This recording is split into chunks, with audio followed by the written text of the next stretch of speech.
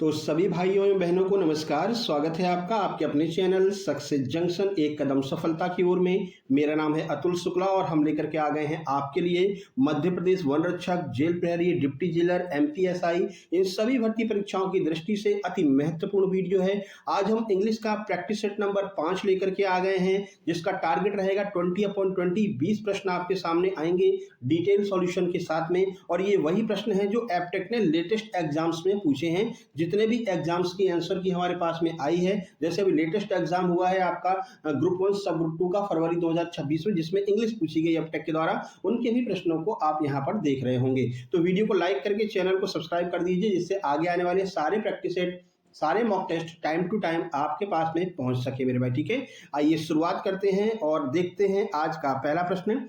देखिए, आज का पहला प्रश्न है, आपको पता है आपके एग्जाम में सिनोनिम एंटोनिम्स कम से कम 4 प्रश्न आने वाले हैं। तो आज आपका ये प्रश्न पहला वाला है, सिनोनिम्स पूछा गया है लोकेशियस का। लोकेशियस का सिनोनिम क्या होता है? साइलेंट, टॉकटिव, एंग्री या फिर लेजी। देखिए, लोकेशियस का मतलब होता है कि बहुत ज्यादा बोलने वाला। कोई बहुत ज्यादा अगर बोल रहा है तो आप उसे कहेंगे कि ये तो लोकेशियस पर्सन है ना। तो इसका सिनोनिम पूछा गया। सिनोनिम का अर्थ होता है समानार्थी। तो टॉकटिव जो है वो इसका सिनोनिम हो जाएगा। टॉकटिव का भी अर्थ होता है बहुत ज्यादा बोलने वाला। यहां पर आप इसका पूरा सॉल्यूशन देख सकते हैं। देखिए, लोकेशियस जिसका अर्थ होता है बहुत ज्यादा बोलने वाला, तो टॉकटिव इसका सिनोनिम हो जाएगा। इसी फैमिली के अन्य शब्द कौन से हैं? तो टेक्टिनम करके एक और शब्द आता है, टेक्ट्रम, जिसे हम कहते हैं कम बोलने वाला, तो वो भी इसका अपोजिट हो जाएगा। तो ये वाला शब्द भी आपको ध्यान रखना है कि टेक्ट्रम का अर्थ होता है कम बोलने वाला, टॉकटिव का अर्थ होता है अधिक बोलने वाला, लोकेशियस का भी अर्थ होता है अधिक बोलने वाला। इसके अलावा अन्य ऑप्शंस को अगर आप देखेंगे तो साइलेंट का अर्थ होता है एकदम चुप रहना, यानी कि ये तो इसका अपोजिट हो गया। एंग्री का अर्थ होता है बहुत ज्यादा गुस्सा होना, इससे कोई लेना देना नहीं है। और लेजी का अर्थ होता है बहुत ज्यादा सुस्त होना, इसका भी इससे कोई लेना देना नहीं है। ठीक है मेरे भाई, पहला प्रश्न समझ में आ गया। चलिए आगे बढ़ते हैं अगले प्रश्न की ओर। आगे बढ़ने से पहले आप लोग बता दें, जैसा कि आप सबको पता है, चाहे वो एमपी पुलिस का एग्जाम हो, एमपीएसआई, ईएसआई का एग्जाम हो, हमारे सुपर सिलेक्शन नोट्स से आपको एग्जाम में सीधे सीधे प्रश्न देखने को मिले हैं। तो एप्टेक के लेटेस्ट पैटर्न पर हमने एमपी डिप्टी जेलर, जेल प्रहरी और फॉरेस्ट गार्ड, एमपीएसआई के बेहतरीन सुपर सिलेक्शन नोट्स तैयार किए हैं। ये जो सुपर सिलेक्शन नोट्स हैं वो सीधे सीधे एप्टेक ने जो प्रश्न पूछे हैं उनके आधार पर एकदम लेटेस्ट में तैयार किए गए हैं। ये आपको मात्र 189 रुपए में उपलब्ध करा जा रहे हैं। बहुत सारे लोग अभी आप देखेंगे अपनी क्लासेस में बोलते हैं भैया 499 के नोट्स हैं, आज आपको 299 के मिल रहे हैं। नहीं भैया, हमारा एक ही कहना है 189 में आपको कंप्लीट सुपर सिलेक्शन नोट्स मिलने वाले हैं, जिसमें क्या क्या रहेगा? तो GK, GS, MP GK complete रहेगा, इनका थ्योरी रहेगा, इनका प्रैक्टिस सेट रहेगा, मॉक टेस्ट रहेगा। इसके अलावा साइंस रहेगा, हिंदी रहेगा, इंग्लिश रहेगा, मैथ रहेगा। इन सब के कंप्लीट सुपर सिलेक्शन नोट्स रहेंगे, प्रैक्टिस सेट रहेंगे, साथ ही साथ में जो मॉक टेस्ट हम करवा रहे हैं मॉक टेस्ट की पीडीएफ रहेगी। इसके अलावा जो सबसे महत्वपूर्ण है वो है सुपर रिवीजन नोट्स। एग्जाम से 15 दिन पहले आपको सक्सेस जंक्शन के द्वारा सुपर रिवीजन नोट्स उपलब्ध कराए जाते हैं, जो सबसे ज्यादा महत्वपूर्ण होते हैं। यानी कि एक ही पेज में आपको एक सब्जेक्ट के बारे में पूरी जानकारी दी रहेगी। जैसे अगर आप मुगल काल पढ़ना चाहते हैं तो मुगल काल के बारे में सब कुछ यहाँ पर लिखा रहेगा। इसी तरह से आपको सभी सब्जेक्ट के सुपर रिवीजन नोट्स भी उपलब्ध कराए जाते हैं माइंड मैप के द्वारा। ये सब कुछ आपको मात्र 189 में मिलेगा। कैसे प्राप्त करना है? छोटी सी प्रक्रिया, क्यूआर कोड आपको दिखाई दे रहा है, इसका स्क्रीनशॉट खींच लीजिए। इसी पर आपको 189 का पेमेंट करना है और उस पेमेंट का स्क्रीनशॉट इस व्हाट्सएप नंबर 7052547003 पर सेंड कर देना है। जैसे आप स्क्रीनशॉट सेंड करेंगे, तुरंत की तुरंत कंप्लीट सुपर सिलेक्शन नोट्स आपको सेंड कर दी जाएंगे। व्हाट्सएप ग्रुप में आपको जोड़ दिया जाएगा, जहां पर आगे के सारे नोट्स आपको मिलते रहेंगे, जो भी अपडेट आती रहेगी। ठीक है मेरे भाई, चलिए आगे बढ़ लेते हैं और आज का अगला प्रश्न देखते हैं। अगला प्रश्न है फिल इन द ब्लैंक्स। यहाँ पर आपको खाली स्थान भरना है। प्रश्न दिया गया, hardly dash reach the station when the train left. ये बहुत पूछा जाता है, काफी बार आपने एग्जाम्स में देखा भी होगा। तो हार्डली और स्केर्सली का जो रूल है वो आपने पढ़ा होगा, जिन लोगों ने नोट्स लिए हैं तो नोट्स में भी दिया गया है कि हार्डली के बाद में इन्वर्जन का प्रयोग होता है। इन्वर्जन का मतलब है, वैसे तो हार्डली के बाद में सब्जेक्ट आना चाहिए, सब्जेक्ट के बाद में सहायक क्रिया, लेकिन हार्डली और स्केर्सली के साथ में इन्वर्जन लगता है। यानी कि यहाँ पर सहायक क्रिया पहले आती है, उसके बाद में सब्जेक्ट आता है। तो देखिए कहां पर सहायक क्रिया पहले दी है, फिर सब्जेक्ट दिया है। ये आपका ऑप्शन ए कट जाएगा क्योंकि पहले सब्जेक्ट है। इसका सी भी कट जाएगा। और यहां पर हैव और हैड में से क्या लगाएंगे? तो हार्डली और स्केर्सली के साथ हमेशा हैड का प्रयोग किया जाता है। ऑप्शन बी आपका सही हो जाएगा। Hardly had I reach the station station when the train left. जैसे ही मैं स्टेशन पर पहुंचा वैसे ही ट्रेन जा चुकी थी। और ये पेयर होता है हार्डली और व्हेन का। ठीक है, चलिए आगे बढ़ लेते हैं। इसका पूरा डिटेल रूल आप यहाँ पर देख सकते हैं। हार्डली से अगर सेंटेंस की शुरुआत हो तो इन्वर्जन रूल लगता है। इन्वर्जन रूल का मतलब समझ गए, पहले साइक्रिया आएगी फिर उसके बाद में कर्ता आता है। तो रूल क्या होगा, हेड आएगा फिर सब्जेक्ट आएगा फिर वर्ब की थर्ड फॉर्म आएगी। तो करेक्ट क्या हो जाएगा, hardly had I reach the station the when the train gone. ठीक है। इसी के साथ में एक और रूल होता है नो सूनर देन का। इसको भी आपको ध्यान रखना है। नो सूनर के साथ में हमेशा देन लगता है, THAN वाला देन लगेगा, ध्यान रखना। और स्कैर्सली के साथ में हमेशा वैन लगता है। ये दो नियम भी आपको साथ में ध्यान रखने हैं। ये कॉमन एरर में कभी कभी पूछ लिया जाता है। ठीक है, चलो आगे बढ़ लेते हैं और आज का अगला प्रश्न देखते हैं। प्रश्न नंबर 3। लास्ट में कमेंट बॉक्स में कमेंट करके आपको ये बताना भी होगा कि कितने प्रश्न आपके आज सही हुए हैं। पूछना है चूज द एंटोनिम ऑफ मैग्नीमस। मैग्नीमस का आपको एंटोनिम बताना है। जेनरस हो जाएगा, काइंड हो जाएगा, सेल्फिश या फिर नोबेल। देखो मैग्नीमस का मतलब क्या होता है, मैग्नीमस का मतलब होता है खुले दिल वाला, यानी जिसका दिल बहुत ज्यादा बड़ा हो, यानी कि वो कैसा हो, बहुत ज्यादा दयालु हो। तो बताइए इसका उल्टा क्या होगा, तो इसका उल्टा हो जाएगा सेल्फिश। सेल्फिश वो व्यक्ति होता है जो केवल अपने बारे में सोचता है, बाकी किसी के बारे में नहीं सोचता है। और मैग्नीनिमस का अर्थ क्या होता है कि जिसका दिल बहुत बड़ा है, सबके बारे में सोच रहा है, तो इसका उल्टा सेल्फिश हो जाएगा। ठीक है, आइए यहाँ पर देख लेते हैं। आंसर सी यानी कि सेल्फिश सही होगा। तो सॉल्यूशन देख लीजिए। मैग्नीनिमस का अर्थ होता है उदार या फिर बड़े दिल वाला। इसका एंटोनिम सेल्फिश हो जाएगा, जो केवल अपने बारे में सोचता है। प्रश्न नंबर 4 देख लीजिए। प्रश्न नंबर 4 है आइडेंटिफाई द करेक्ट सेंटेंसेस, यानी कि इनमें से कौन सा एकदम सही लिखा हुआ है वो आपको बताना है। ये अभी आपका ग्रुप 1 सब ग्रुप 2 में पूछा गया है। 4 ऑप्शन आपके सामने हैं। क्या आपको ईच ऑफ वाला जो रूल है वो याद है? हमने अभी आपको मॉक टेस्ट में भी करवाया था कि ईच ऑफ के साथ में हमेशा जो आपका सब्जेक्ट होगा, जो वर्ब होगी, वो हमेशा सिंगुलर ही आती है। भले ही आपको यहाँ पर बॉयज दिख रहा हो, लेकिन अगर शुरुआत ईच ऑफ से हुई है तो सिंगुलर जो है साइक्रिया आएगी। कहाँ कहाँ पर प्लूरल है उसको हटा दीजिए, यहाँ पर है, यहाँ पर है, ये दोनों हट जाएंगे। और यहाँ पर आपका जो एक्यूरेट आंसर हो जाएगा वो हो जाएगा each of the boys has a book.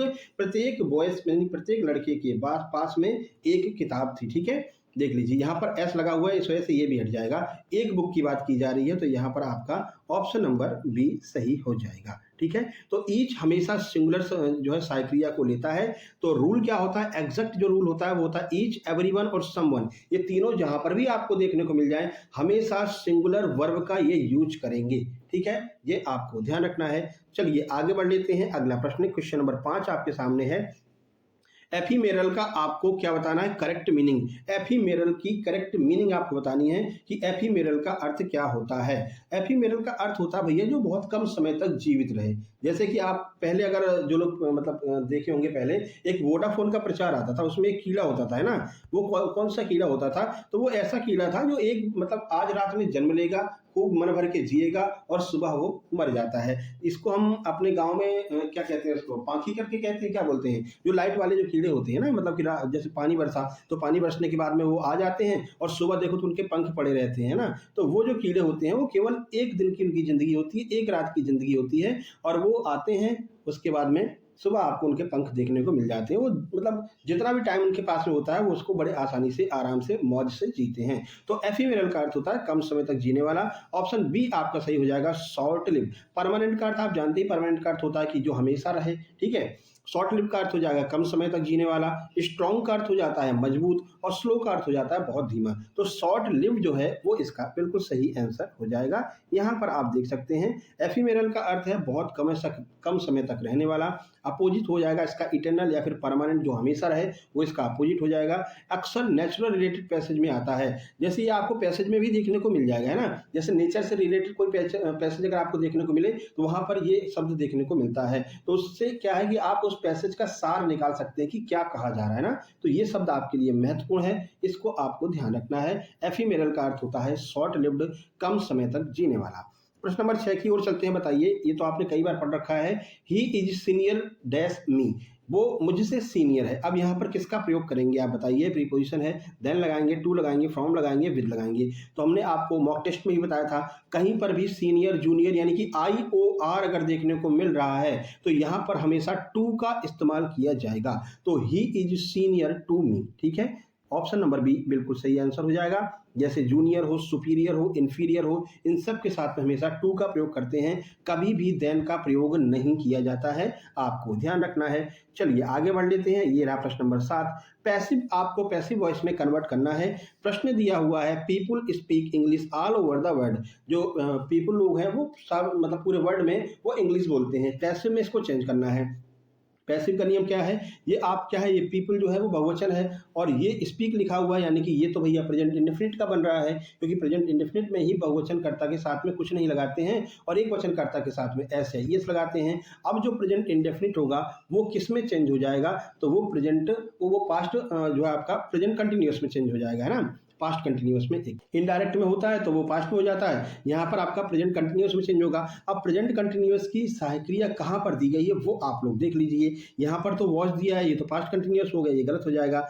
English is speaking all over, तो वर्ड गायब कर दिया तो ये भी गलत हो जाएगा। इसके बाद में इंग्लिश स्पोकन, सेकंड फॉर्म आ गया, पास्ट इंडेफिनिट बना दिया, ये भी गलत हो जाएगा। तो एक ही बचेगा आपका, जो कि आपका ऑप्शन नंबर ए है, English is spoken all over the world. आप कहोगे सर इज लगा हुआ फिर थर्ड फॉर्म क्यों लगाया, आईएनजी क्यों नहीं लगाया है। देखो पैसिव वॉइस का रूल होता है कि हमेशा वर्ब की थर्ड फॉर्म का ही प्रयोग किया जाता है, उससे पहले भले ही इज एम आर आ रहा हो, हैड आ रहा हो, हैज आ रहा हो, कोई मतलब नहीं है, वर्ब की थर्ड फॉर्म लगेगी जब भी पैसिव में चेंज किया जाएगा। तो ये पैसिव की पहचान होती है ना। कभी आपसे बोल सकते हैं कि निम्नलिखित वाक्यों में से पैसिव पहचान कर बताइए, तो जो आपको वर्ब की थर्ड फॉर्म ईडी लगा मिलेगा, तो 99% केसेस में वही पैसिव वॉइस होता है। इसके अलावा टेंस की वीडियो ऑलरेडी करा चुके हैं, वन शॉट हमने चालू किया था, इंग्लिश वन शॉट वीडियो, जिसमें मैराथन में एक एक टॉपिक को एक एक क्लास में उड़ा रहे थे, टेंस को करवा दिया था। हमने आपसे कहा था कि इस पर जब 1000 व्यूज पूरे हो जाएंगे तो इसकी अगली वीडियो आ जाएगी, जिसमें हम अगले टॉपिक यानी कि चाहे आर्टिकल को या किसी भी एक टॉपिक को कवर करेंगे। अभी तक भैया उस पर मुश्किल से 450 व्यूज़ आ पाए हैं, तो भैया वो वहीं पर लटकी हुई है, जल्दी से उसको आगे बढ़ाइए जिससे कि इंग्लिश की अगली वीडियो आए, अगला टॉपिक आपके सामने आए।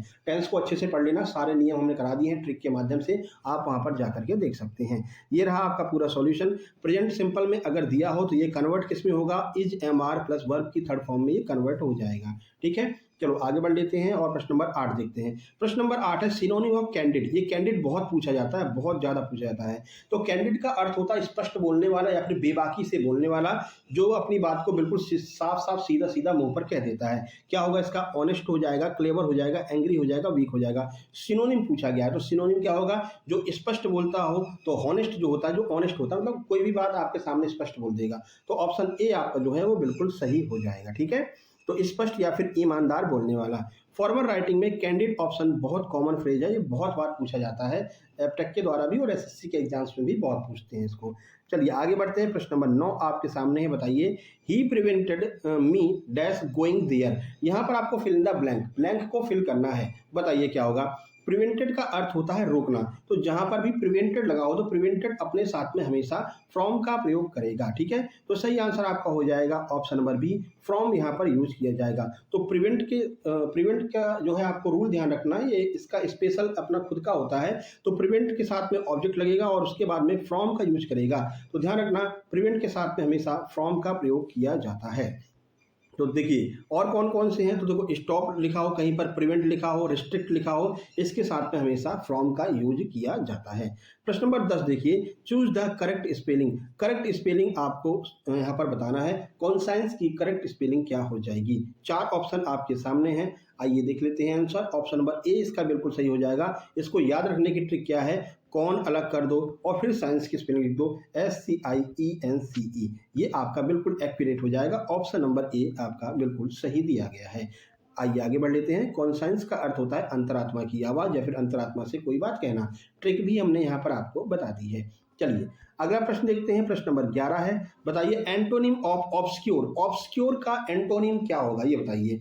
क्लियर होगा, हिडन होगा, डार्क होगा या फिर अननोन होगा। तो आइए इसका आंसर देख लेते हैं। सही आंसर होता है क्लियर। ऑब्सक्योर का अर्थ होता है किसी भी चीज़ को छुपा करके रखना, रिवील नहीं करना, दिखाना नहीं। और किसी भी चीज़ को क्लियर अगर आप दिखा रहे हैं तो स्पष्ट हो जाता है, यानी इसका अपोजिट ये क्लियर हो जाएगा। MPSI का मेंस आने वाला है, आप सबको पता है, उसमें भी इंग्लिश आएगी। इसके अलावा MPSI की जो नई वैकेंसी आने वाली है उसमें आपका जो है पैटर्न चेंज होने वाला है। ठीक है ना, तो अब जो अभी आपका प्री मेंस वाला सिस्टम था वो प्री मेंस वाला सिस्टम अब हट जाएगा, केवल एक एग्जाम होगा। तो हो सकता है उसका मतलब कि आपका वो चेंज हो सिलेबस, है ना। लेकिन भले ही सिलेबस चेंज हो, लेकिन इंग्लिश तो आपको वहाँ पर देखने को मिलेगी। हो सकता है आपका पुराना सिलेबस कर दें वही 200 नंबर वाला, तो जैसा भी होगा हम आपको बताएंगे। लेकिन अभी आपके लिए जो हमने MPSI 2026 की क्लासेस चालू की हैं, अभी तक आप जाकर के उनको ही देखिए अगर आप MPSI को टारगेट कर रहे हैं। फिलहाल आप डिप्टी जेलर की तैयारी कीजिए, इसके साथ साथ में उसकी तैयारी होती चलेगी, ठीक है। तो क्लियर इसका बिल्कुल सही आंसर हो जाएगा। और आगे बढ़ लेते हैं। अगला प्रश्न, ऑब्सक्योर का अर्थ होता है अस्पष्ट और क्लियर का अर्थ होता है स्पष्ट दिखाई देना। देखिए प्रश्न नंबर 12, देखिए प्रश्न नंबर 12 कह रहा है फिल इन द ब्लैंक। यहाँ पर आपको ब्लैंक फिल करना है। I would rather dash at home than go out. हम घर पर रहना पसंद करेंगे बाहर जाने की अपेक्षा। बताइए यहाँ पर क्या लगेगा, स्टे लगेगा, स्टेइंग लगेगा, स्टेड, या फिर टू स्टे। आइए आंसर देखते हैं। प्रश्न का सही आंसर ऑप्शन नंबर ए हो जाएगा। यहाँ पर हमेशा आपको स्टे लगाना है। वुड रादर के साथ में वर्ब की फर्स्ट फॉर्म का इस्तेमाल किया जाता है। ऑप्शन नंबर ए आपका बिल्कुल सही हो जाएगा। आगे बढ़ते हैं। माफ कीजिएगा। क्वेश्चन नंबर 13 आपके सामने है, एरर डिटेक्शन। यानी इसमें आपको एरर पता करना है कि कहां पर एरर दिया गया है। कॉमन एरर आपके एग्जाम में पूछी जाती है। She is more smarter than her sister. वो अपने सिस्टर से ज्यादा स्मार्ट है। तो हमने आपको कई बार बताया है, जब भी डिग्री की बात आती है तो या तो आप स्मार्टर लगा लीजिए या फिर मोर लगा लीजिए। मोर के साथ में कभी भी स्मार्टर नहीं लगता है, ठीक है। तो यहाँ पर ये मोर गलत हो जाएगा, मोर का प्रयोग नहीं करना है, केवल स्मार्टर ही यहाँ पर रहेगा। तो ऑप्शन नंबर बी आपका सही हो जाएगा, क्योंकि आपसे यही पूछा गया था कहां पर गलती है, ठीक है। तो मोर स्मार्टर यहां पर गलत हो जाएगा। यहां पर आप देख सकते हैं डबल कंपैरिजन नहीं कर सकते हैं। एक तो मोर भी कंपैरिजन को दर्शाता है, उसके बाद में स्मार्टर भी कंपैरिजन को दर्शाता है। दोनों एक साथ में नहीं आएंगे, केवल स्मार्टर आएगा। और मोर और मोस्ट का रूल क्या है आपको पता है? एक ट्रिक आपको बता देते हैं। जैसे कोई शब्द आप बोल रहे हैं, उसमें आपको बीच में रुकना पड़ रहा है, जैसे कि वंडर फिर बोल रहे हैं फुल, तो आप मोर और मोस्ट का प्रयोग कर सकते हैं। हैंड फिर बोल रहे हैं सम, हैंडसम, दो बार अगर आप रुक रहे हैं बीच में, तो उसके आगे आप मोर और मोस्ट का प्रयोग करेंगे। कोई भी शब्द एक बार में बोल करके चले जा रहे हैं तो मोर और मोस्ट का प्रयोग नहीं किया जाएगा। ये ट्रिक आपको ध्यान रखनी है। भाई स्मार्टर, स्मार्टर में कहीं रुके क्या? नहीं रुके, तो फिर मोर का प्रयोग कहाँ कर रहे हो? नहीं होगा। अगर आप कहते हो हैंडसम, वंडरफुल, अचीवमेंट, तो भी आपको यहाँ पर रुकना पड़ेगा, है ना। तो रुकने वाले शब्दों के आगे मोर और मोस्ट का प्रयोग किया जाता है। चलो ये रहा अगला प्रश्न। प्रश्न नंबर 14 आपके सामने है, सिनोनिम ऑफ रिलायसेंट। रिलायसेंट का आपको, रेसिलिएंट का आपको बताना है सिनोनिम क्या हो जाएगा। बताइए रेसिलिएंट का सिनोनिम क्या हो जाएगा? वीक हो जाएगा, फ्लेक्सिबल हो जाएगा, रिगिड हो जाएगा, या फिर एंग्री हो जाएगा। तो प्रश्न का सही आंसर ऑप्शन नंबर बी हो जाएगा, फ्लेक्सिबल। देखो सिनोनिम ऑफ रेसिलिएंट का अर्थ क्या होता है? रेसिलिएंट का अर्थ होता है कोई भी चीज ऐसी जो कहीं से भी मुड़ जाए, कहीं से भी आप उसको आसानी से मोड़ सकते हैं। तो ऐसी चीज को हम क्या कहते हैं? फ्लेक्सिबल कहते हैं। भाई उसकी बॉडी बहुत फ्लेक्सिबल है, कहीं पर भी मुड़ जाता है, कहीं से मुड़ जाता है, बहुत लचकदार कह सकते हैं हम, ठीक है। तो रेसिलिएंट का अर्थ होता है लचकदार। सिनोनिम पूछा गया है तो फ्लेक्सिबल इसका बिल्कुल सही आंसर हो जाएगा, ठीक है। तो देखिए रेसिलिएंट यानी परिस्थितियों के अनुसार ढलने वाला। कैसी भी परिस्थिति आ जाए, अगर कठिनाई वाली परिस्थिति है तो उसके अनुसार ढल जाएगा। ऐसा ही आपको भी होना चाहिए। भाई आपके सामने जैसी सिचुएशन हो उस हिसाब से आपको ढल जाना चाहिए। अभी आपके एग्जाम में मान लीजिए टाइम है, डेट नहीं दिखाई दे रही कब आपका एग्जाम होगा, लेकिन यह है कि मई में आपका एग्जाम हो जाएगा, है ना।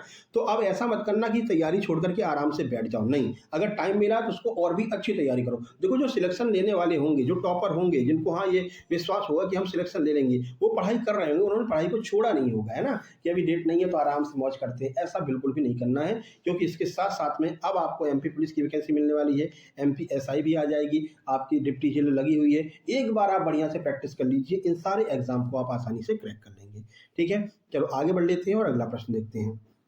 प्रश्न number 15, not only he but also his friends dash coming.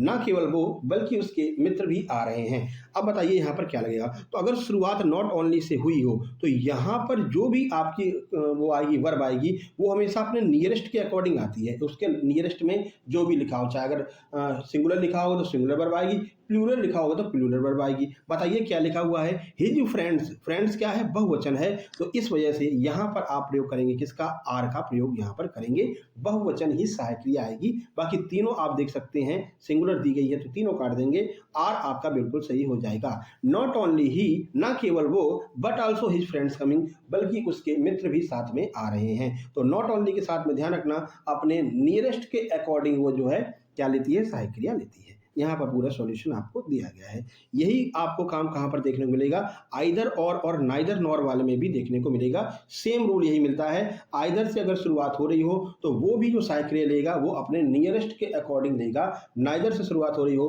तब भी वो अपने नियरेस्ट के अकॉर्डिंग लेता है, ध्यान रखना है। प्रश्न नंबर 16 बताइए, she said where are you going, उसने कहा कि तुम कहाँ जा रहे हो। आपको चेंज करना है इसको इनडायरेक्ट स्पीच में। बताइए, देखो सबसे पहली बात, अगर आपको क्वेश्चन मार्क लगा दिख रहा हो यानी कि यहाँ पर कोई बात पूछी जा रही है, तो यहाँ पर आप शुरुआत करेंगे आस्क्ड से, यानी कि आप भी कोई चीज़ पूछेंगे। और ये भी आपको बताया गया कि अगर आर यानी कि प्रेजेंट कंटिन्यूअस जो होता है इनडायरेक्ट स्पीच में वो पास्ट कंटिन्यूअस में चेंज हो जाता है। अभी पैसिव वॉइस वाले रूल में भी आपको हमने बता दिया था। तो अब यहाँ पर देख लीजिए कहाँ पर सही हो जाएगा। She asked where was I going, या फिर she asked where I was going, या she asked where I am going, या फिर she asked where was I going. सही आंसर आपको हो जाएगा option number B, she asked, उसने पूछा, वेयर आई वाज गोइंग, कि मैं कहाँ जा रही थी। ठीक है, तो ऑप्शन बी आपका सही हो जाएगा। यहाँ पर आप देख सकते हैं आर हमेशा किस में चेंज हो जाएगा, वाज में चेंज हो जाएगा। कुछ टिप्स भी आप यहाँ पर देख सकते हैं, WH पर्सन अगर क्वेश्चन पूछा जा रहा हो तो दैट नहीं लगता है, ये भी आपको थोड़ा सा ध्यान रखना है। हालांकि ये जब टॉपिक हम आपको अपने मैराथन वाले में करवाएंगे तो और अच्छे से आपको क्लियर करवा देंगे, डायरेक्ट इनडायरेक्ट भी करवाएंगे। बस वो आपसे सपोर्ट की आवश्यकता है ना, आप लोग शेयर किया कीजिए किसी वीडियो को। अब हमने अगर टारगेट रख दिया कि भाई 1000 व्यूज लेकर के आना है इंग्लिश वाली टेंस वाली वीडियो पर, तो लेकर आइए ना, उसको शेयर कीजिए ना, जिससे कि अगली वीडियो आए, है ना। तो जल्दी से उसको कर लीजिए, जिससे कि अगला आपका जो आप कमेंट बॉक्स में कमेंट कर देंगे वो वाली हम इंग्लिश का टॉपिक लेकर के आएंगे। चलो, एंटोनिम ऑफ डिलीजेंट, डिलीजेंट का एंटोनिम बताना। डिलीजेंट का अर्थ क्या होता है, बहुत ज्यादा मेहनती होना या बहुत ज्यादा उत्साही व्यक्ति होना। इसका एंटोनिम यानी कि उल्टा पूछा गया तो क्या हो जाएगा भैया इसका उल्टा, नेगेटिव सेंस। देख लीजिए कौन सा दे रहा है, लेजी एक ऐसा शब्द है जो बता रहा है कि ये तो बहुत ज्यादा आलसी है। तो डिलीजेंट का अर्थ होता है उत्साह वाला, इसका अपोजिट लेजी हो जाएगा यानी कि आलसी हो जाएगा। तो ऑप्शन नंबर बी आपका बिल्कुल सही हो जाएगा। डिलीजेंट यानी कि मेहनती और लेजी यानी कि जो है आपका क्या हो जाएगा, ये बहुत ज़्यादा आलसी हो जाता है। चलिए प्रश्न नंबर 18 में चलते हैं। अब भाई अपन प्रकृति में बैठे हुए हैं, ठीक है, बाग में बैठ करके, आम के बाग में बैठ करके वीडियो बना रहे हैं, तो पक्षियों की आवाज़ आपको सुनाई दे सकती है, तो ऐसा परेशान नहीं होना है आप लोग, है ना। बिल्कुल नेचर का आनंद लेते हुए पढ़िए, कोई दिक्कत नहीं है।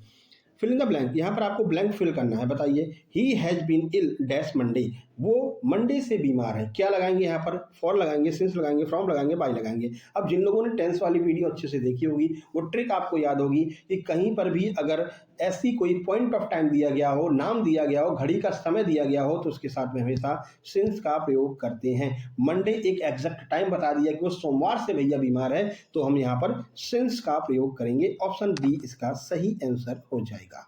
ठीक है मेरे भाई, सिंस स्पेसिफिक टाइम के लिए आता है और जो आपका फॉर है वो ड्यूरेशन के लिए आता है। वो 2 घंटे से पढ़ रहा है तो आप फॉर लगाएंगे, वो 2 बजे से पढ़ रहा है तो आप सिंस लगाएंगे। ठीक है, आगे बढ़ते हैं। प्रश्न नंबर 19 आपके सामने है, आर्टिकल का प्रश्न है। बताइए क्या होगा, सी इज डैश यूरोपियन सिटीजन, वो एक यूरोपियन नागरिक है। क्या लगाएंगे, ए लगाएंगे, एन लगाएंगे, द लगाएंगे या फिर नन लगाएंगे। बताइए।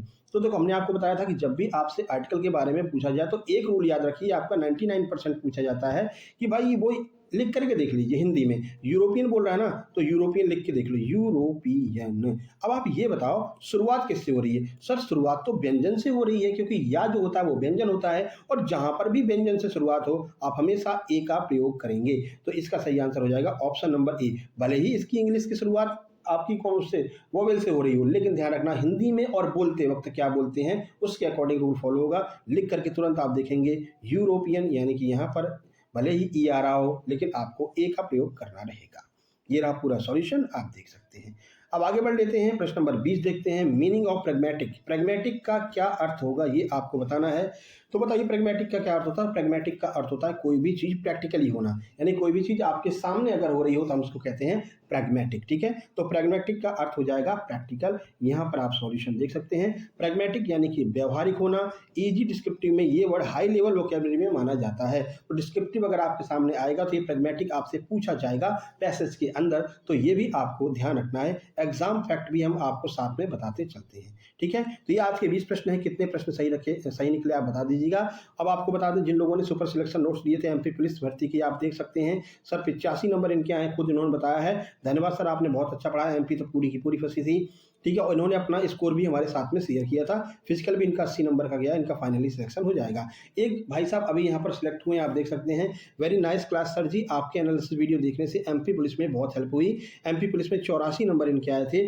एमपी शिक्षक वर्ग 3 में भी इनका फाइनली सिलेक्शन हो गया, आपको बहुत बहुत धन्यवाद। तो ये सब आपकी मेहनत है भाई, पढ़ा तो हम सबको ही रहे हैं, है ना। इन्होंने हमारे नोट्स परचेज किए, एमपी टेट वर्ग 3 चयन परीक्षा के भी, साथ ही साथ में एमपी पुलिस के भी इन्होंने नोट्स लिए थे और एनालिसिस भी देख रहे थे और डेली क्लास भी ले रहे थे। दोनों में इनका सिलेक्शन हो गया है। फाइनली भाई का फिजिकल भी बहुत अच्छा गया है। लेकिन अब भाई शिक्षक की अगर नौकरी मिल रही तो शिक्षक का लेना ज़्यादा प्रेफर करेंगे, तो ये टीचिंग की नौकरी यहाँ पर ज्वाइन करने वाले हैं, ठीक है मेरे भाई। इसी तरह से आप भी मैसेज लिख रहे होंगे, आप भी हमसे कह रहे होंगे सर मेरी भी भर्ती लग गई है, हमारा भी सर वन रक्षक में हो गया है, या फिर सर हम भी डिप्टी जिलर बन गए हैं। तो बस आप लोग तैयारी में लगे रहिए, बिल्कुल कमज़ोर मत पड़िए कि सर अभी तो एग्ज़ाम डेट नहीं है, बाद में देख लेंगे। ऐसा अगर करेंगे तो लास्ट में आपको इस तरह का चेहरा बनाना पड़ सकता है ना। तो तैयारी में लगे रहिए, नोट्स परचेज कर लीजिए, ये व्हाट्सअप नंबर है, इतने सस्ते नोट्स कोई नहीं दे रहा है। आप जा करके देखिए, बहुत चैनल ऐसे हैं जो भैया बताएंगे 499 का है भैया, लेकिन आज लोगों को 299 का दे देंगे, और वही सारे जो है सब पुराने अपना कॉपी करके पेस्ट करके आपको पकड़ा देते हैं, ठीक है। तो ऐसा अपने यहाँ नहीं होता है, अपने यहाँ सारे के सारे एप्टेक के लेटेस्ट पैटर्न, क्योंकि हम क्वेश्चन ही वही करवाते हैं जो एप्टेक लेटेस्ट में पूछ रहा है, ठीक है ना। आप देख सकते हैं हमारे प्रैक्टिस सेट, हमारे मॉक टेस्ट में भी देखेंगे कौन सा प्रश्न कब आया है, वो एग्जैक्ट डेट भी लिखी रहती है। अभी 24 मार्च को एग्जाम हुआ है एमपी आपका जो है हेड कांस्टेबल का, एएसआई का हुआ है कंप्यूटर वाले का, उसके भी प्रश्न हमने मॉक टेस्ट नंबर 4 में करवाए हैं, सेम टू सेम जो प्रश्न आपके एग्जाम में आए थे। इतना लेटेस्ट कोई नहीं करवा पाएगा मेरे भाई, ठीक है ना। एग्जाम में प्रश्न आए आपके मॉक टेस्ट में ऐड कर दिए, ठीक है। तो मॉक टेस्ट नंबर 4 भी लगा करके देख लेना। चलिए मिलते हैं नेक्स्ट वीडियो में, तब तक के लिए नमस्कार, धन्यवाद। इस वीडियो को लाइक कर देना और हर जगह शेयर कर देना। अगली वीडियो आपकी हिंदी की आने वाली है, हिंदी का प्रैक्टिस सेट भी लगाइएगा। ऐसा मत करना भाई, हिंदी वगैरह जो होती है हमारी अच्छी लेवल की होती है ना, मतलब कठिन प्रश्न आपको मिलेंगे, आप लगा करके देखिएगा, ठीक है मेरे भाई। चलिए मिलते हैं नेक्स्ट वीडियो में, तब तक के लिए नमस्कार, धन्यवाद। और देखो, अगर एक आध दिन क्लास लेट हो जाए तो परेशान मत होना, मेरी माता जी का ऑपरेशन होने वाला है, इस वजह से मैं भी आपको 4 तारीख को क्लासेस नहीं मिल पाएंगी, 5 को वापस से हम क्लास कराने लगेंगे, ठीक है। चलिए मिलते हैं नेक्स्ट वीडियो में, तब तक के लिए नमस्कार, धन्यवाद।